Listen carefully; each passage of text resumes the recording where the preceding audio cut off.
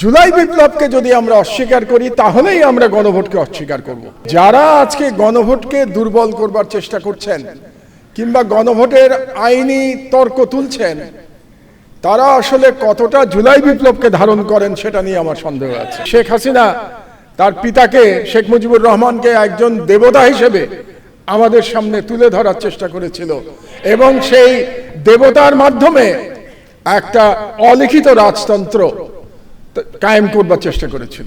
যিনি দেশের প্রধানমন্ত্রী তিনিও জুলাই বিপ্লবের ফসল।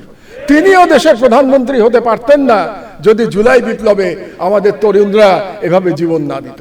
এই জুলাই বিপ্লব নিয়ে প্রশ্ন তুলবো, গণভোট নিয়ে প্রশ্ন তুলবো, তারা আসলে আমাদের শহীদদের অবদানকে অস্বীকার করছি। বাংলাদেশে যেই রাজা হওয়ার চেষ্টা করুক না কেন, সেই চেষ্টা ফলপ্রসূ হবে না ইনশাআল্লাহ। আপনারা কোন রকম কুতর্ক তৈরি না করে গণভোটের যে জনগণের যে ইচ্ছা প্রতিফলিত হয়েছে সেই ইচ্ছা মেনে নিন। জুলাই বিপ্লবের যে কোনো ইস্যুতে ইনশাআল্লাহ আমি ব্যক্তিগতভাবে এবং আমার পত্রিকা আপনাদের পাশে থাকবে। আমি আসলে এই গণভোটকে আইনগত কিংবা সাংবিধানিক তর্ক হিসেবে দেখতে চাই না। আমি এই গণভোট এবং জুলাই সনদকে জুলাই বিপ্লবের স্পিরিটে সবসময় দেখে এসেছি। জুলাই বিপ্লবকে যদি আমরা অস্বীকার করি তাহলেই আমরা গণভোটকে অস্বীকার করব। এটা আমাদের মনে রাখতে হবে। কাজে যারা আজকে গণভোটকে দুর্বল করবার চেষ্টা করছেন কিংবা গণভোটের আইনি তর্ক তুলছেন, তারা আসলে কতটা জুলাই বিপ্লবকে ধারণ করেন সেটা নিয়ে আমার সন্দেহ আছে।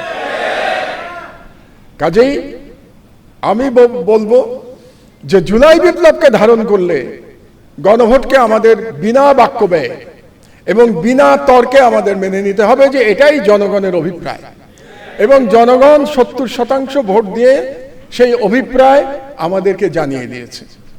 এবং যারা বিপ্লব করেছে আমাদের তরুণেরা, অনেকের ছবি আছে এখানে, অনেকের নাম আছে, মুগ্ধর ছবি দেখছি, আবু সাইদের নাম দেখছি, যারা শহীদ হয়েছে, জীবন দিয়ে গেছে, জীবন দিয়ে বিপ্লব করেছে। তাদের কিন্তু একটা দাবি ছিল যে রাষ্ট্র মেরামত করতে হবে, এটা যেন আমরা ভুলে না যাই। এবং রাষ্ট্র মেরামত যদি করতে হয় তাহলে অবশ্যই আমাদেরকে সংস্কার করতে হবে। সেই সংস্কার সরকার পরিচালনায় করতে হবে, সেই সংস্কার সাংবিধানিকভাবেও আমাদের সেই সংস্কার করতে হবে। কাজে সেই সংস্কার নিয়ে আমরা কোনো তর্ক তুলতে পারবো না। এবং আমাদের যে উপরে যে ফ্যাসিবাদ 16 বছর আমাদের ঘাড়ে চেপে বসেছিল, সেই ফ্যাসিবাদের দুটো চরিত্র ছিল। একটা তো ফ্যাসিস্ট চরিত্র ছিল, আর একটা চরিত্র ছিল এক ধরনের রাজতন্ত্র চাপিয়ে দেয়া রাষ্ট্রের উপরে। আপনাদের নিশ্চয়ই মনে আছে যে শেখ হাসিনা তার পিতাকে শেখ মুজিবুর রহমানকে একজন দেবতা হিসেবে আমাদের সামনে তুলে ধরার চেষ্টা করেছিল এবং সেই দেবতার মাধ্যমে একটা অলিখিত রাজতন্ত্র কায়েম করবার চেষ্টা করেছিল এবং তার বিরুদ্ধেই আমাদের নাহিদরা, সার্জিসরা বিপ্লব করেছিল। তাদের একটা স্লোগানের কথা আমরা যেন ভুলে না যাই। একটা গুরুত্বপূর্ণ স্লোগান ছিল সেই সময়, একটা স্লোগানের কথা আমরা আজকে শুনেছি, গোলামি না আজাদি, আজাদি আজাদি। আর একটা গুরুত্বপূর্ণ স্লোগান ছিল, দেশটা কারো বাপের না। তো দেশটা কারো বাপের না বলার অর্থই হচ্ছে যে এই দেশের মালিক জনগণ এবং জনগণের ইচ্ছাতেই এই দেশ পরিচালিত হবে। এবং জনগণের ইচ্ছাতে যদি দেশ পরিচালিত হতে হয় তাহলে অবশ্যই গণভোটের রায় আমাদের সকলকে মেনে নিতে হবে। আজকে এখানে দুজন গুরুত্বপূর্ণ ব্যক্তি উপস্থিত আছেন, সংসদের গুরুত্বপূর্ণ ব্যক্তি, একজন সংসদের সম্মানিত বিরোধী দলীয় নেতা এবং আরেকজন সংসদের বিরোধী দলের চিফ হুইপ, দুজন আছেন এখানে উপস্থিত। তারা দুজনে কিন্তু বিপ্লবের ফসল। জুলাই বিপ্লব না হলে তারা কিন্তু দুইজন এই পদ পেতেন না। একইভাবে যিনি দেশের প্রধানমন্ত্রী তিনিও জুলাই বিপ্লবের ফসল। তিনিও দেশের প্রধানমন্ত্রী হতে পারতেন না যদি জুলাই বিপ্লবে আমাদের তরুণরা এভাবে জীবন না দিত। কাজেই আমরা যারা এই জুলাই বিপ্লব নিয়ে প্রশ্ন তুলবো, গণভোট নিয়ে প্রশ্ন তুলবো, তারা আসলে আমাদের শহীদদের অবদানকে অস্বীকার করছি। এই ভুলটা যেন আমরা না করি। আমি বাংলাদেশের তরুণদের ব্যাপারে আশাবাদী।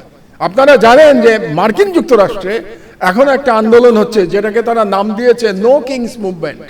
নো কিংস মুভমেন্ট মানে হলো প্রেসিডেন্ট ট্রাম্প যে মার্কিন যুক্তরাষ্ট্রে একজন স্বৈরাচারের মতো আচরণ করছেন, তার বিরুদ্ধে মার্কিন যুক্তরাষ্ট্রের জনগণ, নাগরিকেরা রাস্তায় নেমেছে নো কিংস মুভমেন্ট নিয়ে।